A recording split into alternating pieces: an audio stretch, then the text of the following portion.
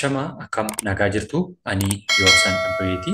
Yoobsan arguu YouTube channel like, share, subscribe gochuu hin dagatina. Har'a immoo boqonnaa 8ffaa barannoo 11ffaa Federeeshinii Bulchiinsa Gadaa tokkoffaa kan jedhu waliin kan ilaallu ta'a. Hanga xumuraatti na waliin tura. Eeyyegaa Oromoon damee gurguddaa lama keessatti hirama yookiin immoo gurguddaa lama hundee ta'ee kan isa tajaajilaa ture yookiin immoo hundee lamarraa hundaa'ee jedhama. Booranaaf Baarentudha.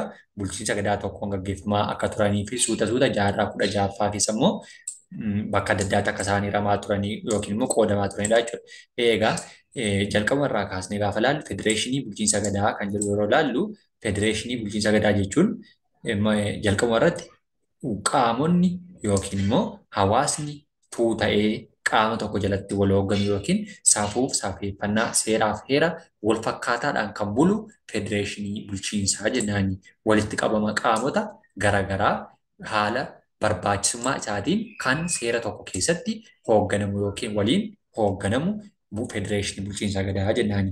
Haa ta'uyyuu malee immoo Booranaa Baarentuu keessatti Oromoon hundee lama yookiin immoo damee gurguddaa kana lamaan jalatti hundaa'eetu kan inni socho'aa ture yookiin immoo kan inni wal gaggeessaa ture jechuudha. Haa ta'uyyuu malee dameen lamaan turtii qubannaa yeroo dheeraan booda bakka adda addaatti lakkasaan wiirtuu mataa isaanii babal'ifachaa turanii ilaaluu dandeenya jechuudha. Isaan keessatti yeroo turtii isaanii kana keessatti Oromoon madda walaabuurraa hundee jalqabaa yookiin giddu galeeffata seerotaa fi heeraa safuuf safeeffannaa godhateetu kan inni maal ta'a ture kan inni socho'aa ture yookiin immoo kan inni walii galaa ture wal bulchaa ture seeraaf heeras tumaachaa seera duraan ture fooyyessaa waliin kan inni jiraataa ture jechuudha.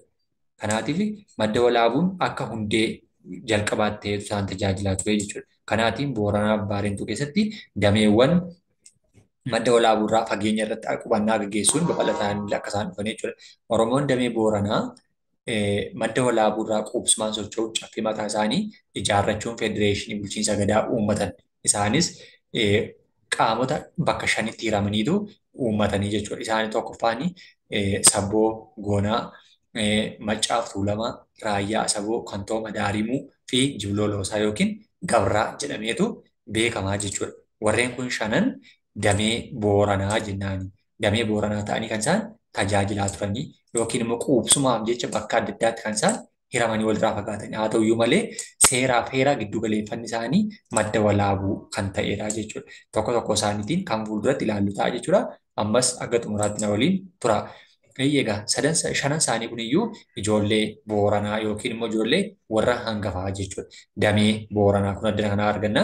Damee Booranaa warra hangafaa jechuudha warri kun. Warra hangafaa ta'uutiin kan nu tajaajilan yookiin immoo Oromoo damee Oromoo isa guddicha jedhamee kan beekamudha jechuudha. Tokkoffaan Sabboo, Goonaa, Maccaa Tuulamaa, Raayyaa Asaboo, Kantooma Daarimuu fi Jibloo Loosaa yookiin Gabraa jedhamaniitu warreen kun shanan ilmaan Booranaa yookiin immoo warra hundee jalqabaa yookiin immoo hangafummaadhaan kan beekamu Booranni hangafaadha. Warra hangafaa ta'aniitu tajaajilu jechuudha. Warreen kun shanan isaanii ijoollee Maccaa ijoollee Tuulamaa warra damee Booranaa isa guddaa ta'uutiin kan inni tajaajiludha jechuudha. Haa ta'u egaa tokko tokko isaanii kana kan ilaallu ta'a gara fuulduraatti jechuudha waliin.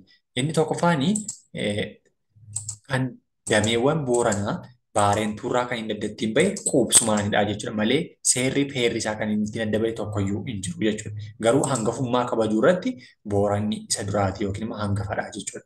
Egaa tokkoffaa irratti Sabboo Gonaa ilaallaa jechuudha. Federeeshiniin Bulchiinsa Gadaa inni jalqabaa Sabboo Gonaa yeroo ta'u Sabboo Gonaan immoo naannoo kamitti argama?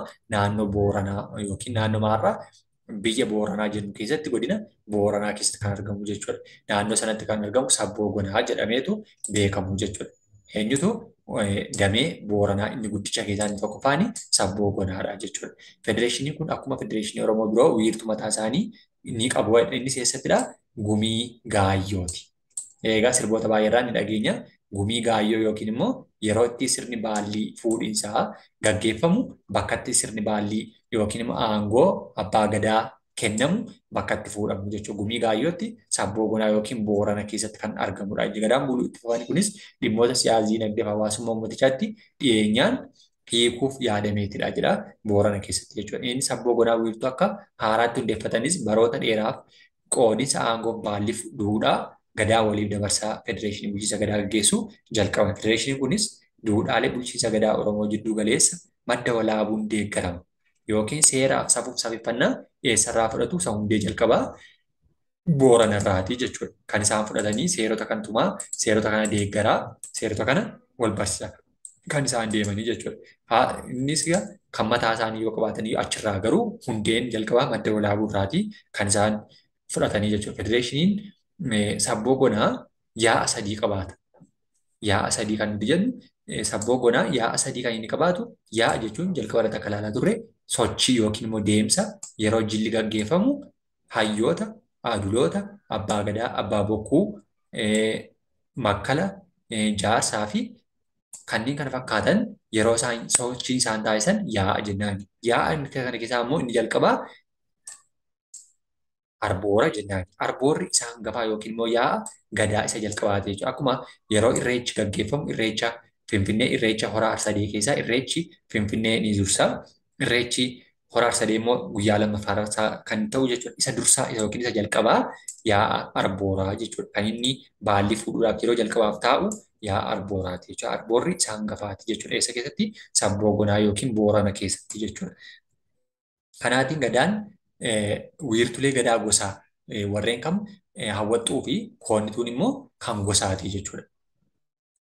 Arboorri isa jalqabaa ta'ee yeroo waliin deemanii kabajan hawwaxxuu fi koonnituun immoo isa lammaffaa irratti deemu yookiin immoo kan gosaa ta'e tajaajilaa jechuudha. Gosa keessatti yoo walii galteen hin jirre yoo wal dhabdee addaa jiraate kan hiikan gosaa keessattidha jechuudha. Isa kana ta'uutiin kan inni tajaajilu yookiin immoo wiirtuu gosaa ta'etu hawaasa sana tajaajilaa jechuudha. Inni arboorri garuu kan waliigala isaanii abbaa gadaa mataa isaanii qabaata.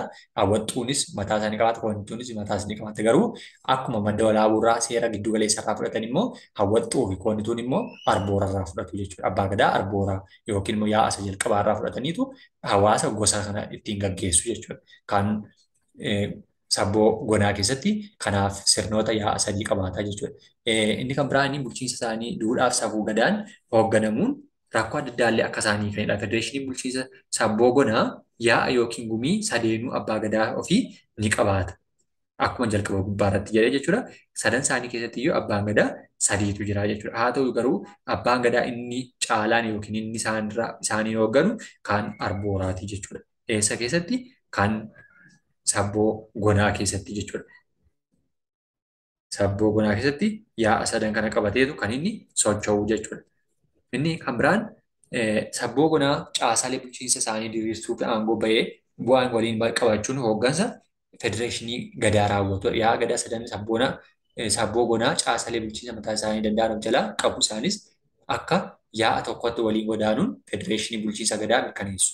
Bakka sirni gaggeeffamu yookiin immoo jilli itti gaggeeffamutti kan isaan deeman waliini jechuudha. Sababni isaa sadan isaanii iyyuu hooggantoota mataa isaanii ni qabaatu waan ta'eef jechuudha. Kanaan waliin deemaniitu sirna kana gaggeessu jechuudha. Inni lammaffaan maccaa tuulamadha. Maccaaf tuulama. Maccaaf tuulama damee Booranaa kanneen quubsumaan bakka adda addaatti babal'atanii jiranidha. Turtii qubannaa yeroo dheeraa booda wiirtuu gadaa tokkoon buluun rakkisaa ta'aa waan dhufeef haaluma kanaan maccaa fi tuulama wiirtuu mataa isaanii jalqaba eessa turanii odaa nabee jalatti ture. Kan isaan sirna kana gaggeeffatanii inni jalqaba maccis tuulamnis odaa nabee jalatti turan. Garuu haala quubsumaa yookiin immoo walirraa fagaachaa dhufuu isaaniitiin immoo odaa nabee kana dhiisaniitu odaa mataa isaanii yookiin immoo haala naannoo isaanii keessatti hundeeffachaa dhufanii jechuudha. Kanumarraa ka'uutiin macci tuulamarraa kaaseetu kan inni sirna kana gaggeeffataa dhufe jechuudha. Tuulamni Oromoon tuulamaa giddugala Oromiyaati kan inni qubatee jiru yeroo ammaa kana giddugala Oromiyaa kan jennu keessatti yeroo qubatee ta'u tuulamni ilmaan sadii qabaata. Tuulamni ilmaan sadii qabaata. Ilmaan tuulamaa sadan keessaa inni tokkoffaan Daacciidha.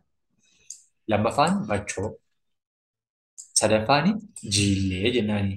Warreen kun ilmaan tuulamaa warra eessa jalatti odaa nabee jalatti jalqaba hundaa'anii jechuudha. Yookiin immoo sirna gaggeessummaa seeraaf safuu kan isaan tumataa turan odaa nabee jalatti maccaamaa wajjin ture jechuudha. Boodarra maccaan irraa fagaachaa waan dhufeef yookiin immoo haala quubsummisaa waan fagaateef Tuulamni ilmaan isaa sadan Daacii, Bachoo fi Jiillee qabatee odaa mataa isaa biratti yeroo hafu abbaa gadaa mataa isaanii qabaataniillee balballi Daacii, Bachoo fi Jiillee caffee mataa isaanii of danda'e qabu. Isaan immoo maal godhatan tuulama keessattis sirni baallii dabarsuu fi filannoon abbaa gadaa safuuf seera gadaan gaggeeffamaa har'a akka gahee jiru jechuudha.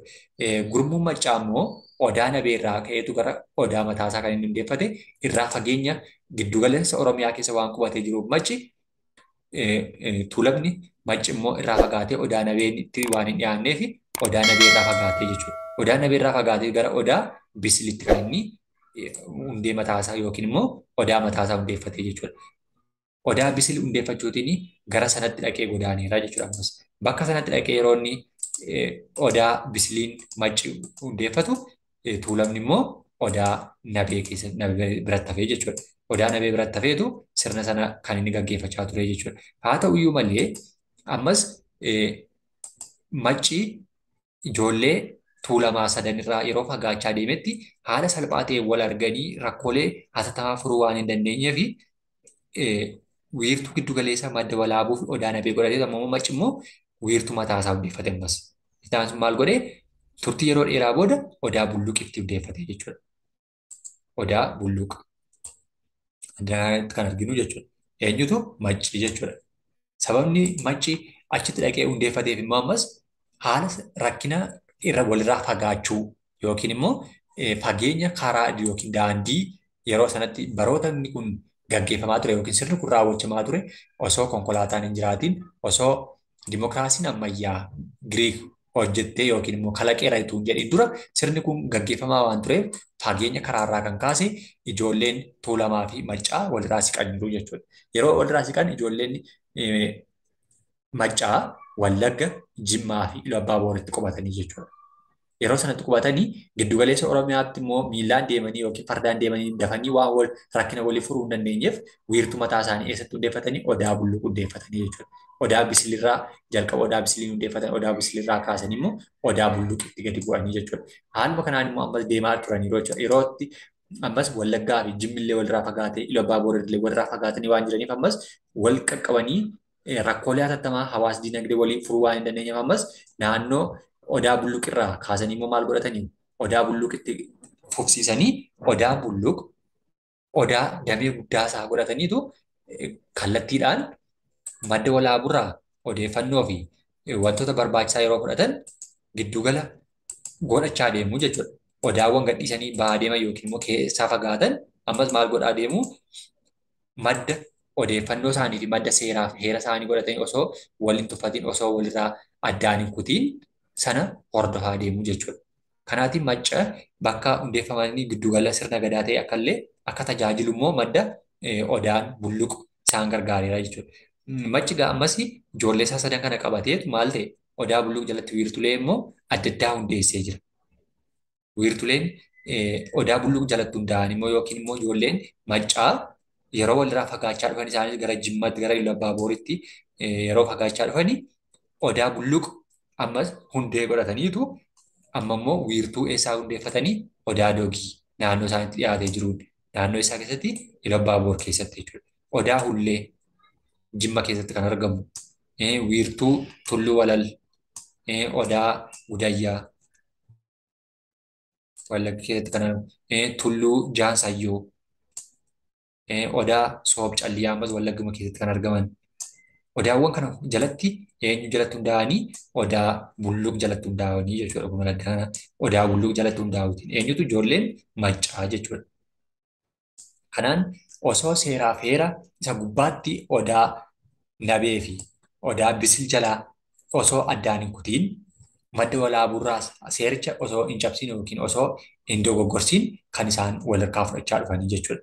Walharkaa fuudhinsa kanaatiin odaawwan kun immoo odaa bulluq jalatti hundeeffamanii jechuudha. Kanaatiin odaa nabee fi madda walaabuu waliin baroota dheeraa walitti dhufeenya uummachuun federeeshinii bulchiinsa gadaa akka isaan gaggeessaa turanii jechuudha. Eenyu ijoolleen maccaa. Ijoolleen tuulamaa sadii jenneerraa Daacii, Bachoo fi Jiilleen ijoollee tuulamaati. Ijoolleen tuulamaa odaa nabee jalatti sirna maccaaf tuulamni yeroo jalqabaaf hundeessedha. adeemsa irraa fagaachaa dhufanii immoo odaa bisiliin hundeeffatanii odaan bisil immoo ijoollee maccaaf ammas waan fagaatee qubannaa isaanii warra fagaateef ijoollee maccaa warra ta'an immoo Wallagga, Jimmaa fi Iluu Abbaa Booroo yeroo ta'an isaan immoo odaa bulluqiin hundeeffatanii odaa bulluq jalatti immoo odaawwan akka odaa walal, odaa gudayyaa, odaa jaansayyoo, odaa doogii kanneen jedhamu odaa sayyoo yookiin soob calliyaa kan jedhaman hundeessuutiin sirna kana gaggeessaa akka isaan dhufanidha jechuudha. Inni sadaffaan immoo ijoollee saboo gonaati. Ijoollee raayyaa sabootii jechuudha. Ijoollee raayyaa saboot kan nuti jennu immoo ijoolleen raayyaa saboo kan ta'anii tajaajilaa jiran immoo ijoollee igguu berree kan jedhamanidha. Ijoollee igguu berree kan jedhamani kun immoo yeroo har'aa kana raayyaa saboota isaan gurguddoo fi of jalatti kan haammatamanii jiran immoo naannoo yeroo har'aa yookiin sa'aatii har'aa kana naannoo Tigraayii fi Amaaraa keessatti kan argamanii jechuudha. Isaan immoo igguu berree jennaani. Igguu berree yookiin gosoota Oromoo raayyaa asaboota ta'aniitu jiru jechuudha. Eessa keessatti argamu jennee Tigraayii fi Amaaraa keessatti ijoollee argamanidha jechuudha. Eenyu ijoolleen raayyaa saboota immoo yookiin igguu berree kan jedhaman jechuudha. Ijoolleen igguu berree fi damee xixiqqaa isaan jalatti haammatamuun immoo maal jedhamu? Raayyaa saboota jedhamu. Raayyaa saboota kun addanatti kan nuti argannu raayyaa saboota jedhamaniitu kan isaan tajaajilanidha jechuudha. Ijoolleen eenyu? Ijoolleen raayyaa saboo hundi isaanii xixiqqoon igguu berree yookiin ijoolleen igguu berree jalatti argamu hundi isaaniiyyuu ijoollee raayyaa saboo jenneetu beeknaanii yookiin immoo ilaallanii jechuudha. Akka seenaanis sirnis kaa'utti fi yeroo har'aa kanas immoo akka naannoo sana jiraachaa jiranii ni eeramaa jechuudha.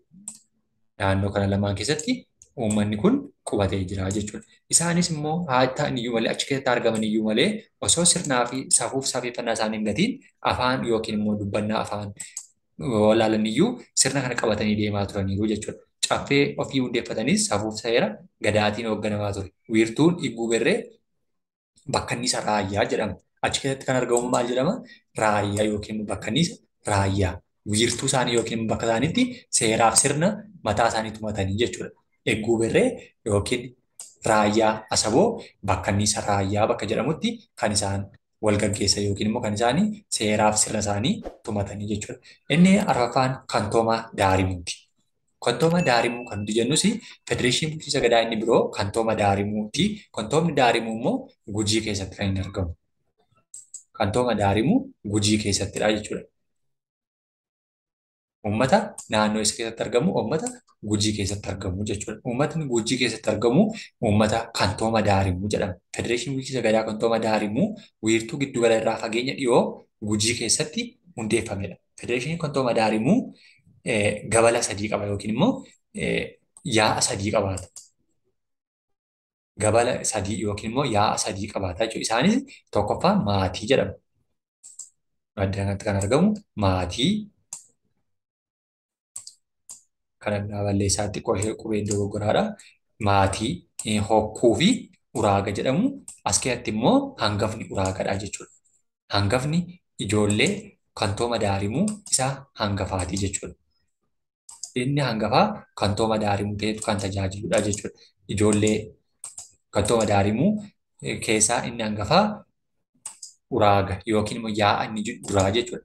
Yaa'a inni duraa kantooma daarimuu keessatti inni yaa'a yookiin immoo sochiin adeemsi jilli gaggeeffamu ni jalqabaa uraagadha jechuudha. Abbaa gadaa uraagni hokkuu fi maatii kan hoogganu yookiin immoo seera giddugaleessa kan inni baasee kan isaan hoogganaman haa ta'uyyuu malee garuu hoogganaa lamaan sadan isaanii ni qabaatu garuu hoogganaa yaa'a abbaa gadaa wajjin kan isaan socho'anidha jechuudha. Uraagni hangafadha kun madda kana jira hangafa ta'ee tajaajilanii jechuudha. Gabala sadanuu gahee fi qoodimsa aangoo mataa isaanii qabu. Gabalaan sadan walitti dhufeenyaaf hariiroo walirraa hin cibne qabaachuun sirna gadaa keessatti ni beekamu. Kanaaf sadan isaaniiyyuu Gujii keessatti yookiin immoo hawaasa naannoo Gujii qubatee jiru keessatti warreen kun kantooma daarimuu kan nuti jennu Gujii keessatti argamuutiin kan isaan tajaajilan yookiin immoo kan isaan argamanii fi kan isaan wal bulchan seera mataa isaanii qabaatanii fi yaa'a hangafa uraaga godhachuutiin kan isaan gaggeessanidha jechuudha. Inni kan biraanii wiirtuu giddugalaa seera isaanii immoo isa godhataniitudha kan isaan tajaajilanii mi'ee bokkuudha. Kan eenyu kan Gujii keessatti argamanii jechuudha. Yookiin kantoomni Daarimuu giddugaleessa seera tumuu fi seeratti baafatu akkasuma baallii walharkaa fuudhinsi itti gaggeeffamu mi'ee bokkuudha jechuudha. Bakka mi'ee bokkuu ta'etti kan inni gaggeessu jechuudha. Mi'ee bokkuutti sirna kana haa gaggeeffatan iyyuu malee odaan isaanii immoo odaa doolaa jedhama. Odaa doolaa. Odaan doolaa kantooma Daarimuu yookiin uummata Gujii keessatti kan argamu odaan isaanii odaa doolaa jedhama.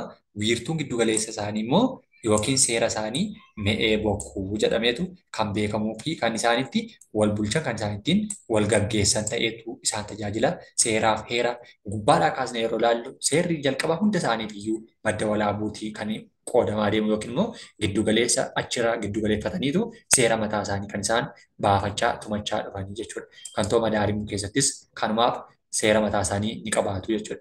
Akka waliigalaatti federeeshiniin bulchiinsa gadaa kantooma Daarimuu gumii fi gabalaa uummata bal'aa hirmaachisuu ijaaruun dhimmoota hawaasummaa hiikaa jira.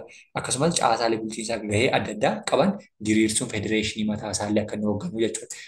Akkuma warra kaanii inni kunis kantooma Daarimuu keessatti yookiin Gujii keessatti kan argamullee rakkoo hawaasa dinagdee isaa kan furachaa deemudha jechuudha. Sababni isaa immoo hundee jalqabaarraa kaasee seera gubbaatti tumame akkuma jirutti haala naannoo isaa fi yookiin immoo qubannaa hawaasni naannoo isaa keessa jiruun murteessaa jechuudha. Guutummaa guutuutti isa federeeshinii bulchiinsa gadaa madda walaabutti tumame yookiin immoo isa macca yookiin immoo tuulamni tumate qofa hordofaa osoo hin taane haala hawaasni naannoo isaa keessaa fi qubannaa naannicha keessa jiruun hordofee kan inni ittiin wal gaggeessaa dhufedha jechuudha. Kantooma Daarimuu yookiin odaa doolaa keessatti kan gaggeeffamuu fi mi'ee bokkuutti kan sirni kun raawwatu jechuudha. Kanaatiin sirni kun wal gaggeessaa, wal bulchaa fi waliin hamaaf gaarii waliin hirmaachaa uummata dhufe ta'etu jiraateera jechuudha. Bulchiinsa kantooma Daarimuu jalatti gumii hundeeffamanis hariiroo gaarii waliin qabaachuu federeeshinii bulchiinsa gadaa qabatamaan raawwatamaa jirudha. Egaa akka warra kaanii caalaatti kantooma Daarimuu keessatti yookiin immoo kan Gujii keessatti argamu kun mi'ee bokkuutti gaggeeffamee odaa doolaa jalatti immoo yeroo raawwatamu sirni yaa'a isaanii yookiin gabalaan achitti gaggeeffamu hawaasa hunda kan hirmaachisudha jechuudha. Hawaasa hunda hirmaachisuutiin sirna gaggeeffamudha jechuudha. Inni xumuraaf inni shanaffaan jibloo loosaa jedhama. Jibloo loosaa federeeshinii bulchiinsa gadaa caffee mataa isaanii danda'e qabaachuutiin kan wal gaggeessaa fi waliin bulaa turanidha jechuudha. Isaanis jibloo loosaa keessatti caffee mataa isaanii danda'e hundeeffachuudhaan kan isaan gaggeessaa turan yookiin immoo damee mataa isaanii danda'een kan isaan of gaggeessaa yookiin immoo kan isaan socho'aa turanidha jechuudha. Dameen jibloo loosaa kan nuti jennu immoo lamadha. Ilmaan lama qabaatan immoo. Inni immoo eenyuufidha? Jibloo fi loosaa jedhameetu bakka lamatti hiramaa jechuudha. Jibloo loosaa ilmaan lama yookiin immoo damee lama jedhameetu jibloo fi loosaa jedhameetu bakka lamaan kanatti hirameera jechuudha. Akka warra kaanii kantooma Daarimuu tokkicha goonee maccaaftuu lama adda adda baasnee maccaaftuu lama turanii jibloo loosaan akkuma kanaadha jechuudha. Dameen lamaanuu yaa mataa isaanii dhimmoota hawaasa dinagdee itti gaafataman qabu. Caasaa bulchiinsa gadaa keessatti gosoonni Oromoo Gabraa kan jedhamullee isaan keessatti bakka bu'oota isaaniitiin dhimmoota hawaasa dinagdee kan isaan raawwatan yookiin immoo kan isaan gaggeessan jechuudha. Oromoon Gabraa kan bakka bu'oota isaaniitiin dhimmoota hawaasa nageenyaa naannoo isaanii tiksatu akkasumas walitti dhufeenya hariiroo gaarii bulchiinsa yaa ollaa waliin uummachuun gadaan bulaa jirudha. Warri kunis gaa sirna mataa isaanii kan danda'e qabaatanii jibloo fi loosaa jedhamaniitu bakka lamatti qoodamaniitu jiru jechuudha. Haala kana keessatti federeeshiniin bulchiinsa gadaa caffee mataa isaanii hundeeffatanii gaggeeffamaa jiranii fi jibloo fi loosaa yookiin damee lamaanuu yaa'a mataa isaanii qabaachuutiin kan gaggeeffamanidha jechuudha. Federeeshinii bulchiinsa gadaa tokkoffaa kan jedhu keessatti damee Oromoo guddicha Booranaaf Baarentuu kan jedhu waliin ilaalle jechuudha. Booranaaf Baarentuu keessaa immoo federeeshinii bulchiinsa gadaa tokkoffaani Booranadha yookiin immoo inni hangafaa Boorana damee Booranaati jenneera. Booranni immoo ilmaan shanan qabaata. Sabboo Gonaa, Maccaatuu Lamaa, Raayyaa Asaboo, Kantooma Daarimuuf, Jibloo Loosaa